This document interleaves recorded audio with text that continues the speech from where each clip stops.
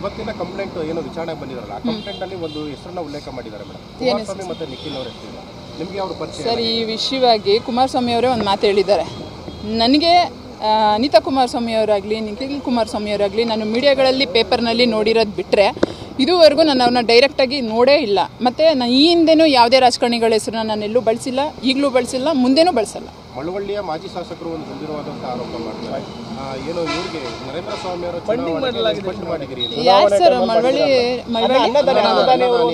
ಅನ್ನದಾನಿಯವರು Aishwarya Gowda fund ಮಾಡಿದ್ದಾರೆ, ತನಿಖೆ ಆಗಬೇಕು.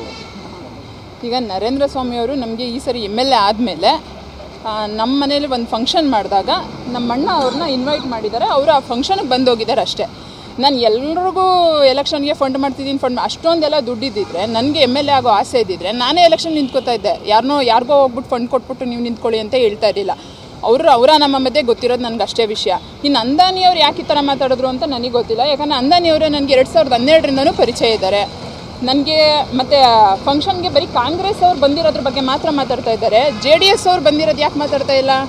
ಯಾಕೆ JDS ಅವ್ರು ಈಗ ವಿಡಿಯೋ ಕೊಟ್ಟಿದ್ದಾರಲ್ಲ, ನೀವು ಅವರನ್ನೇ ಕೇಳಿ. ಮುಂದೆ JDS ಅವ್ರು ಯಾರ್ಯಾರು ಬಂದಿದ್ರು, BJP ಅವ್ರು ಯಾರು ಬಂದಿದ್ರು, ಕಾಂಗ್ರೆಸ್ ಅವ್ರು ಯಾರು ಬಂದಿದ್ರು? ಬರೀ ಕಾಂಗ್ರೆಸ್ ಅವ್ರು ಬಂದಿರೋರು ಮಾತ್ರ ತೋರಿಸ್ತಾ ಇದ್ದಾರಲ್ಲ, JDS ಅವ್ರನ್ನ ಯಾಕೆ ತೋರಿಸ್ತಾ ಇಲ್ಲ? ನೀವು ಅವರನ್ನೇ ಕೇಳಿ. 2012 ನನ್ನ ಮದುವೆಗೆ ಬಂದಿದ್ದಾರೆ ಅವರು, ಅಂದಾನಿ ಅವರು. ಅವಾಗಿಂದನೂ ಅವ್ರು ಪರಿಚಯ ಇದ್ದಾರೆ. ಈವನ್ ಹೇಳಬೇಕು ಅಂತಂದರೆ ನನಗೂ ನರೇಂದ್ರ ಸ್ವಾಮಿ ಅವ್ರಿಗೂ ಯಾವುದೇ ವ್ಯಾವಹಾರಿಕ ಸಂಬಂಧಗಳಿಲ್ಲ.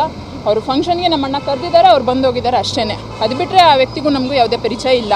ಅದಕ್ಕಿಂತನೂ ಹೇಳಬೇಕು ಅಂದರೆ ಅಂದಾನಿಯವ್ರಿಗೂ ನಮಗೂ ಪರಿಚಯ ಇದೆ.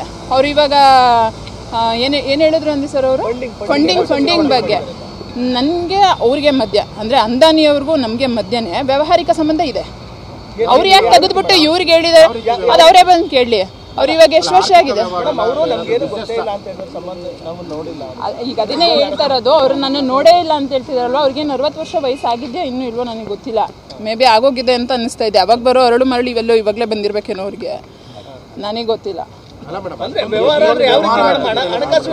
ಸರ್. ಇವಾಗ ನಾನು ಯಾರಿಗೆ ಎಲೆಕ್ಷನ್ಗೂ ನಾನು ಯಾರಿಗೂ ಫಂಡ್ ಮಾಡಿಲ್ಲ ಸರ್. ಸುಮ್ಮನೆ ಅದನ್ನೇ ಇಟ್ಕೊಂಡು ಎಳಿಯೋದು ಬೇಡ. ಅಂದಾನಿ ಅವ್ರು ಹೇಳ್ತಿದ್ದಾರೆ ಅಂದರೆ ನೀವು ಅವ್ರನ್ನೇ ಕೇಳಿ, ಏನಿದೆ ಅದು ಪ್ರೂಫ್ ಅವ್ರು ಹೇಳಿ.